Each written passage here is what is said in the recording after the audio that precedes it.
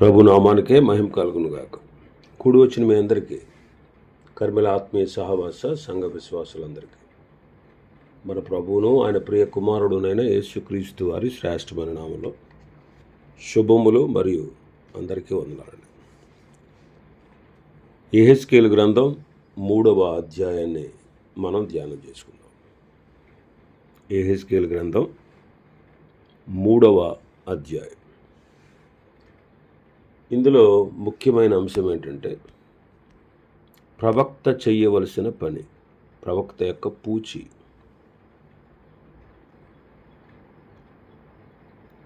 అంటే ప్రవక్త ఏం చెయ్యాలి అనే దాన్ని ఆయన ఇక్కడ తెలియపరిచారు ఈ అధ్యాయంలో. మొదటి వచనం, మరియు ఆయన నాతో ఇలాగు సెలవిచ్చాను, నరపుత్రుడా, నీకు కనబడిన దానిని భక్షించుము. ఈ గ్రంథమును భక్షించి ఇశ్రాయేలీయుల యొద్దకు పోయి వారికి ప్రకటన చేయము. 2వ అధ్యాయం 8వ వచనంలో భుజించుము అన్నారు. నేను నీతో చెప్పు మాటను విని నోరు తెరిచి నేనిచ్చు దానిని భుజించుము అన్నారు. 2వ అధ్యాయం 8వ వచనంలో. ఇక్కడ 3వ అధ్యాయం 1వ వచనంలో భక్షించుము అని చదువుతున్నాం. దేవుని గ్రంథములో పాలు, అన్నము ఈ రెండు ఉన్నాయి. కొరింథీయులకు రాసిన మొదటి పత్రిక 3వ అధ్యాయం 2వ వచనం చూస్తే, అప్పటిలో మీకు బలము చాలకపోయినందున పాలతోనే మిమ్మల్ని పెంచి తిని కానీ అన్నముతో మిమ్మల్ని పెంచలేదు అంటారు. ఇక్కడ వాక్యము నిర్మలమైన వాక్యమని పాలు, దాన్ని మనం అపేక్షించాలి అని దేవుని గ్రంథంలో చదువుతున్నాం. పాలు త్రాగువారు శిశువులు, వాక్యములో పెద్ద అనుభవాన్ని లేనివారు. హెబ్రీ పత్రిక 5వ అధ్యాయం 11, 12 వచనాలు మనం చదివితే ఇందును గూర్చి, మేము చెప్పవలసినవి అనేకమైన సంగతులు ఉన్నవి, కానీ మీరు వినుటకు మందులైనందున వాటిని విశదపరచుట కష్టము. కాలమును బట్టి చూచితే మీరు బోధకులుగా ఉండవలసిన వారై ఉండగా దేవోక్తులలో మొదటి మూల పాఠములను ఒకడు మీకు మరలా బోధింపవలసి వచ్చాను. మీరు పాలు త్రాగవలసిన వారే కానీ బలమైన ఆహారము తినగలవారు కారు అంటారు.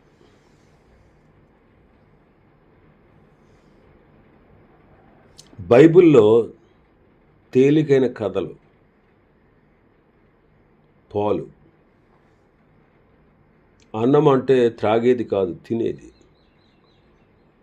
తినుట అంటే భుజించుట అని మనం చదువుతున్నాం. అన్నము అంటే దేవుని వాక్యములో ఉన్నటువంటి లోతైన సత్యాలు ధ్యానించుట, మర్మముగా ఉన్నటువంటి సత్యములను గ్రహించుట. పాలు త్రాగు శిశువులు అన్నాన్ని జీర్ణించుకోలేనట్లు ఆత్మీయముగా కూడా శిశువులైన వారు లేదా నూతనంగా ప్రభువును ఎరిగిన వారు వాక్యములో ఉన్న లోతైన మర్మమైన సంగతులను గ్రహించలేరు. కాబట్టి మనం ఎల్లప్పుడూ పాలు త్రాగు శిశువులుగా ఉండక వాక్యములో చక్కగా ఎదిగి లోతుకు వెళ్ళి మర్మమైన సంగతులు మనం గ్రహించాలి. ఎఫెసీ పత్రిక 4వ అధ్యాయంలో మనం చూస్తే 14, 15 వచనాలు, అందువలన మనం ఇక మీదట పసిపిల్లలమై ఉండి మనుష్యుల మాయోపాయముల చేత వంచనతోనూ తప్పు మార్గమునకు లాగు కుయుక్తితోనూ గాలికి కొట్టుకొని పోవునట్లు కల్పించబడిన ప్రతి ఉపదేశమునకు ఇటు అటు కొట్టుకొని పోవచ్చు, అలల చేత ఎగురగొట్టబడిన వారమైనట్లుండగా ఉండక ప్రేమ కలిగి సత్యము చెప్పుచు క్రీస్తు వలె ఉండుటకు మనం అన్ని విషయములలో ఎదుగుదము అంటారు. క్రీస్తునకు కలిగిన సంపూర్ణ పురుషత్వమునకు సమానమైన పురుషత్వము కలిగిన వాని వలె ఉండాలని హెచ్చరిస్తూ ఉన్నారు. అందుకే పౌలు గారి యొక్క కోరిక కూడా అదే. ప్రతి మనుష్యుని క్రీస్తునందు సంపూర్ణునిగా చేసి ఆయన ఎదుట నిలబెట్టాలని కోరుతున్నాడు. కొలస్సీ పత్రిక 1వ అధ్యాయం 18వ వచనం, 28, 29 వచనాలు. కొలస్సీ పత్రిక 1వ అధ్యాయం. ప్రతి మనుష్యుని క్రీస్తునందు సంపూర్ణునిగా చేసి ఆయన ఎదుట నిలువబెట్టవలనని సమస్త విధములైన జ్ఞానముతో మేము ప్రతి మనుష్యునికి బుద్ధి చెప్పుచు, ప్రతి మనుష్యునికి బోధించుచు ఆయనను ప్రకటించుచున్నాము. అందునిమిత్తము నాలో బలముగా కార్యసిద్ధి కలగజేయు ఆయన క్రియాశక్తిని బట్టి నేను పోరాడుచు ప్రయాసపడుచున్నాను అంటారు. ప్రతి మనుష్యుని క్రీస్తునందు సంపూర్ణునిగా చేసి ఆయన ఎదుట నిలవబెట్టాలి అనేది పౌలు గారి యొక్క కోరిక. మన భాగంలోకి వస్తే 1వ వచనంలో భక్షించుము అంటున్నాడు. భక్షించుట అనేది మాంసాహారము తినుటను సూచిస్తూ ఉంది. ఇది పుష్టికరమైన ఆహారం. ఇర్మియా నేను భుజించి తిని అంటున్నాడు.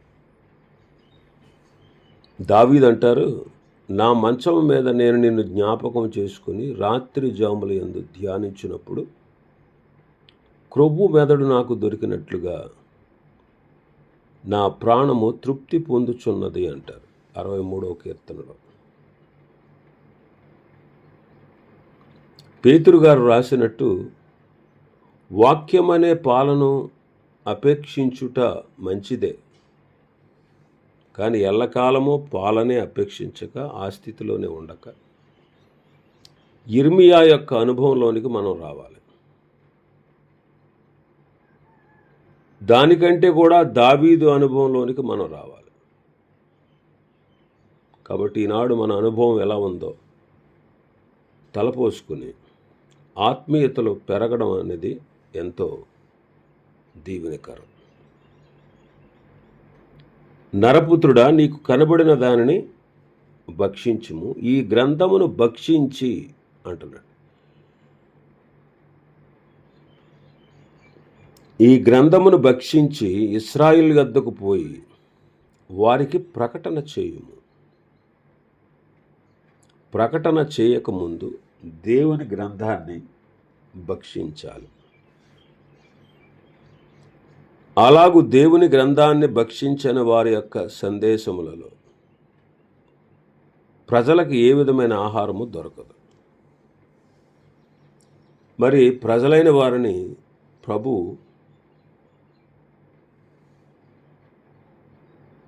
ఖాళీ కడుపుతో పంపడం.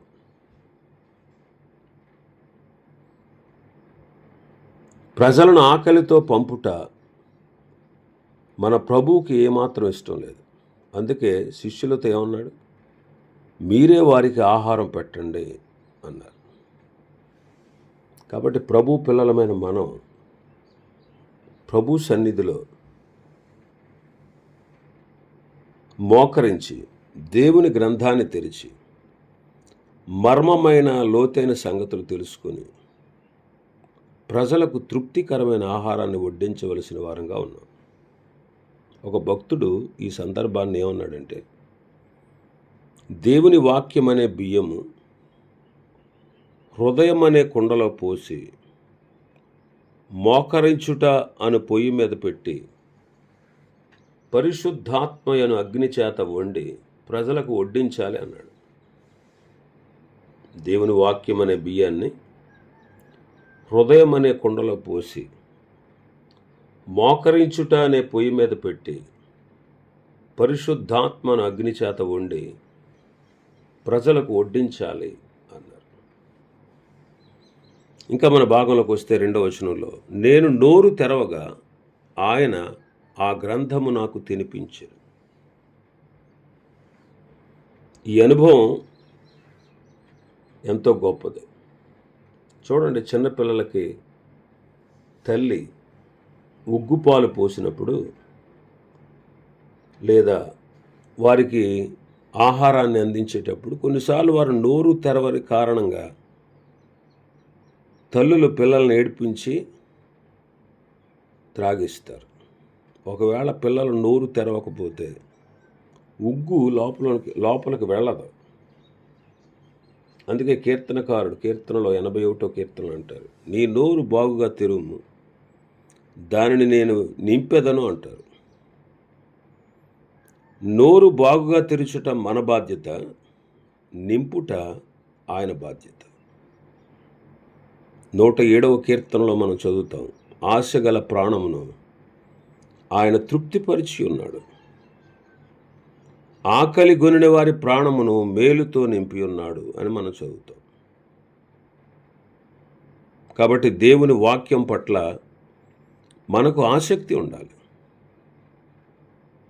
నోరు తెరుచుట అంటే దేవుని వాక్యము నేర్చుకున్నటకు ఆయన సన్నిధిలో వేచి ఉండుట. అందుకే ఇర్మీయా గ్రంథం 33:3లో మనం చదువుతాం, నాకు మొర్రపెట్టుము, నీవు గ్రహింపలేని గొప్ప సంగతులను, గూఢమైన సంగతులను నీకు తెలియజేసేదను అంటారు. కాబట్టి మనం ప్రభువుకు మొర్రపెట్టవలసిన వారంగా ఉన్నాం. అదే నోరు తెరవడం.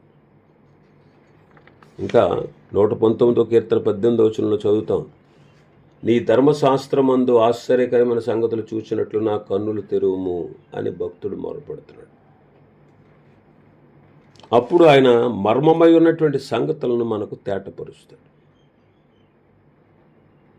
కాబట్టి నోరు తెరుచుట మన పని, తినిపించుట, మర్మమైనవి తెలియపరచుట దేవుని పని. ఇంకా మన భాగంలోకి 3వ వచనంలోకి వస్తే, నరపుత్రుడా, నేనిచ్చు ఈ గ్రంథమును ఆహారముగా తీసుకుని దానితో నీ కడుపు నింపుకోమని నాతో సెలవీయగా నేను దాన్ని భక్షించి తిని అది నా నోటికి తేనె వలె మధురముగా ఉండెను. ఈ గ్రంథమును ఆహారముగా తీసుకొను, దానితో నీ కడుపు నింపుకొనుమని నాతో సెలవీయగా అంటున్నాడు. అవును, దేవుని వాక్యమే మనకు ఆహారం. బలమైన ఆహారము దేవుని వాక్యమే. దేవుని వాక్యము పుష్టినిచ్చేటువంటి ఆహారం. అందుకే యోహాను శిష్యుడైన యోహాను గారు తన మొదటి పత్రిక 2వ అధ్యాయం 14వ వచనంలో రాస్తారు, యవనస్తులారా, మీరు బలవంతులు, దేవుని వాక్యము మీ అందు నిలుచుచున్నది, మీరు దుష్టుని జయించి ఉన్నారు అంటున్నారు. అవునండి, దేవుని వాక్యము ఎంతో బలమిచ్చేటువంటి ఆహారం. పాత నిబంధనలో మోషే, యెహోషువ, కాలేబు మొదలైన వారిని మనం చూసినప్పుడు వారు వృద్ధులైనప్పుడు కూడా వారెంతో బలవంతులుగా కనపడతా ఉన్నారు. ద్వితీయోపదేశకాండం 34వ అధ్యాయం 7వ వచనం చదివితే, మోషే చనిపోయినప్పుడు 120 సంవత్సరముల ఈడు గలవాడు, అతనికి దృష్టిమాంద్యము లేదు, అతని సత్తువ తగ్గలేదు. యెహోషువ గ్రంథం 14వ అధ్యాయం 10-11 వచనాలు మనం చూస్తే, యెహోవా చెప్పినట్లు యెహోవా మోషేకు ఆ మాట సెలవిచ్చినప్పటి నుండి ఇశ్రాయేలు అరణ్యంలో నడిచిన ఈ 40 ఏండ్లు ఆయన నన్ను సజీవునిగా కాపాడి ఉన్నాడు. ఇదిగో నేనిప్పుడు 85 ఏండ్ల వాడను. మోషే నన్ను పంపిన నాడు నాకెంత బలమో నేటి వరకు నాకంత బలము, యుద్ధము చేయుటకు గాని వచ్చుచు పోవుచు నుండుటకు గాని నాకెప్పటి ఎట్లు బలమున్నది. కాబట్టి వారు బలవంతులు. ఈ బలం వారికి ఎక్కడి నుంచి వచ్చింది? అరణ్యంలో వారు మన్నా అనే ఆహారాన్ని సమృద్ధిగా భుజించారు గనుక వారు బలశాలులుగా ఉండగలిగారు. ఈ దినములలో కూడా మనం దేవుని వాక్యం అనే మన్నాను భుజించుట వలననే బలవంతులుగా ఉండగలం. ఇంకా 3వ వచనాన్ని మనం చదివితే, అది నా నోటికి తేనె వలె మధురముగా ఉండెను అంటారు. తేనె వలె మధురముగా ఉండెను. అవును, దేవుని వాక్యము తేనె కంటే, జుంటి తేనె ధారల కంటే కూడా మధురమైనది అని పోల్చబడింది. 19వ కీర్తనలో మనం చదువుతాం. అయితే 2వ అధ్యాయం 10వ వచనంలో ఆ గ్రంథంలో ఏముంది? మనోవిలాపము, మనోదుఃఖము, రోదనము అని అందులో రాయబడింది. మరి మనోవిలాపము, మనోదుఃఖము, రోదనముతో నిండిన ఆ గ్రంథము తింటే తేనె వలె మధురంగా ఎలా ఉండొచ్చు, ఎలా ఉంది అని మనం అనుకోవచ్చు. ఇశ్రాయేలీల యొక్క తిరుగుబాటును బట్టి శిక్ష రావడం దేవుని న్యాయమైన చట్టం అది. ఎందుకంటే ఆయన న్యాయ విధులు ఎంతో మధురం. ఈ గ్రంథంలో ఇశ్రాయేలీల యొక్క అవిధేయత వలన వారికి కలిగిన శిక్ష, భవిష్యత్తులో వారికి కలగనయున్న గొప్ప మేలు వివరించబడ్డాయి. కాబట్టి ఇశ్రాయేలీల యొక్క మహిమ, యేసయ్య రాకను గూర్చి మనం చదివినప్పుడు అది చాలా మధురంగా ఉంటుంది. ప్రకటన గ్రంథం 10వ అధ్యాయంలో కూడా యోహాను గారు, శిష్యుడైన యోహాను గారు కూడా దూత చేతిలో ఉన్న చిన్న పుస్తకాన్ని తీసుకుని తినేశాడు. అది నోటికి తేనె వలె ఉంది. నేను తిన్న తర్వాత అది నా కడుపుకు చేదాయను అని చెప్తాడు. కాబట్టి దీని భావం ఏంటంటే, ఈ చిన్న పుస్తకములో ఇశ్రాయేలీలకు కలగబో శ్రమల, వారి విమోచన, వారి యొక్క మహిమ, వారి రాజ్యము, వీటన్నిటిని గురించి వివరించబడి ఉంది. ఇశ్రాయేలీల యొక్క మహిమను మనం చూసినప్పుడు ఎంతో మధురంగా ఉంటుంది. ఇశ్రాయేలీల యొక్క శ్రమలు తలపోసినప్పుడు చేదుగా ఉంటుంది. మనం కూడా దేవుని వాక్యం తినుచూ ఉంటే ఎల్లప్పుడూ మధురమే, కానీ ఆ వాక్య ప్రకారం ప్రవర్తించుట ఎప్పుడు కూడా చేదుగానే, కష్టంగానే ఉంటుంది. అంత మాత్రమే కాకుండా దేవుని వాక్యం తిన్నప్పుడు, అంటే విన్నప్పుడు సత్యము మధురంగానే ఉంటుంది. మరలా ప్రకటించాలంటే కష్టం. చేదైనటువంటి దేవుని వాక్యాన్ని వింటూ ఉన్న మనం ఆ వాక్య ప్రకారము ప్రకటించాలి. ఎజ్రా గారు చూడండి, ఎజ్రా గ్రంథం 7వ అధ్యాయం 10వ వచనం చదివితే, ఎజ్రా యెహోవా ధర్మశాస్త్రమును పరిశోధించి దాని చొప్పున నడుచుకొనుటకును, ఇశ్రాయేలులకు దాని కట్టడలను విధులను నేర్పుటకును దృఢ నిశ్చయము చేసుకొనెను. ధర్మశాస్త్రాన్ని పరిశోధించారు, దాని చొప్పున నడుస్తూ ఇశ్రాయేలులకు దాని కట్టడలను విధులను నేర్పుటకు దృఢ నిశ్చయము చేసుకుని ఉండేది. మరి వైద్యుడైన లోకా గారు కూడా ఏమంటారు చూడండి, 1వ అధ్యాయం, అపొస్తలుల కార్యములు 1వ అధ్యాయం 1-2 వచనాలు. ఓ థెయోఫిలా, యేసు తాను ఏర్పరచుకున్న అపొస్తలులకు పరిశుద్ధాత్మ ద్వారా ఆజ్ఞాపించిన తర్వాత ఆయన పరమునకు చేర్చుకొనబడిన దినము వరకు ఆయన చేయుటకును బోధించుటకును ఆరంభించిన వాటన్నిటిని గూర్చి నా మొదటి గ్రంథమును రచించి తిని. ఇది రెండవదన్నమాట. థెయోఫిలా అనే ఒక అధికారికి లోకా గారు వీటిని రాసి పంపారు. కాబట్టి మనం దేవుని యొక్క వాక్యాన్ని వినాలి, చదవాలి, ధ్యానించాలి, దాని ప్రకారం నడవాలి. మన ప్రభువు గారు చూపిన మాదిరి ఇదే. మరి దేవుడిచ్చే వర్తమానం ఏంటి? ఇందులో మనోవిలాపము, మనోదుఃఖం, వేదన, ఇవే ఉన్నాయి.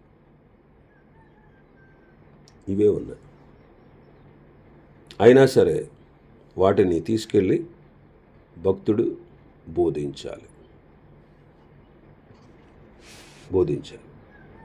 అలాగే దేవుని వాక్యం కూడా చదివినప్పుడు, వింటున్నప్పుడు సంతోషంగా, ఆహ్లాదంగా ఉంటాం. కానీ దాన్ని పాటించాల్సిన పరిస్థితి వస్తే అది ఎంతో కష్టతరంగా, చేదుగా మనకు అనిపిస్తుంది.